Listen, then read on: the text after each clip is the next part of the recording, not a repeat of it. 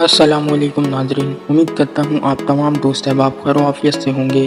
पाकिस्तान और इंडिया के माबैन 1947 में दो बड़े मुआहदे हुए, जिसमें एक तो पानी का था और दूसरा नमक का। पहला मुआहदा ये था कि जंग हो या अमन, इंडिया पाकिस्तान का पानी नहीं रोकेगा, ना दरियाओं पे एक्स्ट्रा डैम बनाएगा। दूसरा मुआहदा भी कुछ ऐसा ही था कि पाकिस्तान जंग या अमन दोनों सूरतों में इंडिया को नमक की सप्लाई बंद नहीं कर सकेगा। पहले मुआहदे का क्या अंजाम हुआ वो आप सबके सामने है कि इंडिया ने हमारा पानी रोका या नहीं, वो तो शायद आप जानते ही होंगे। नहीं जानते तो चले आपको बताता चलूँ कि इंडिया आपको चुल्लू भर पानी देने को भी राज़ी नहीं है।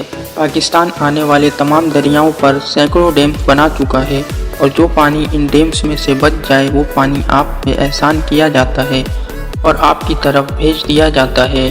तो ये उस मुआहदे का अहवाल है जिसको निभाने का पाबंद इंडिया था। अब बात करते हैं दूसरे मुआहदे की जिसका पाबंद पाकिस्तान था।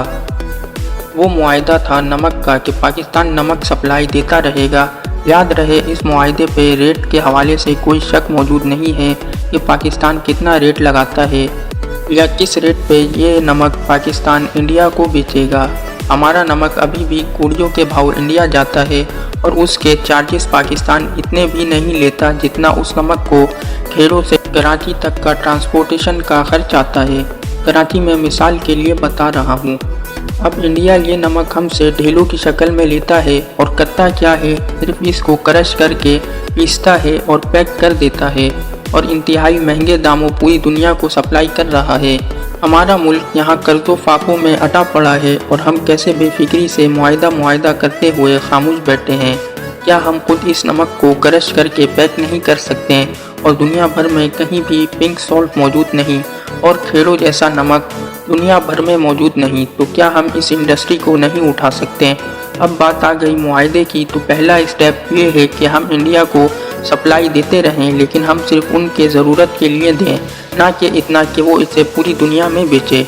अब दूसरा स्टेप ये है कि हम भी इंडिया की तरह डिटेल पे उतर आएँ और इंडिया को सप्लाई कम से कम कर दें। जैसे उनके पास हमारा पानी रोकने के लिए 100 बहाने हैं, इसी तरह हम भी 101 बहाना जानते हैं कि क्यों सप्लाई कम दी जा रही है। अब तीसरा स्टेप ये है कि हम इंडिया को सिर्फ उनके इस्तेमाल का नमक दें और उससे ज़ायद ना दें, दुनिया भर को सप्लाई अपने ब्रांड से दें। इससे इंडिया के पास कोई कानूनी इख्तियार ना होगा कि वो आपको फोर्स कर सके कि ये मुआहदे की खिलाफवर्जी कर रहे हैं, क्योंकि मुआहदा है इंडिया के लिए सप्लाई देने का, तो वो हम दे रहे हैं। अब चौथा स्टेप ये है कि हम इंडिया को भी ये नमक ज़्यादा कीमतों पे दें, क्योंकि अभी जो पैसे हम इंडिया से ले रहे हैं वो कौड़ियों के बराबर भी नहीं है। ये वो दौर नहीं कि हुक्मरानों तक रसाई ना हो, बल्कि 1 मिनट में आप अपनी आवाज़ मुफ्त में करोड़ों लोगों तक पहुंचा सकते हैं। आपकी आवाज़ सुनकर लोगों को ये मालूमात मिलेगी और वो भी इसमें आपके साथ बराबर के शरीक होंगे। तो जितना हो सके इस वीडियो को शेयर करें और अपने दोस्तों के साथ भी इसे ज़रूर शेयर करें। और चैनल पर पहली बार आए हैं तो चैनल को सब्सक्राइब कर लें। मिलते हैं आपसे एक और मालूमाती वीडियो में, तब तक के लिए खुदा हाफिज़।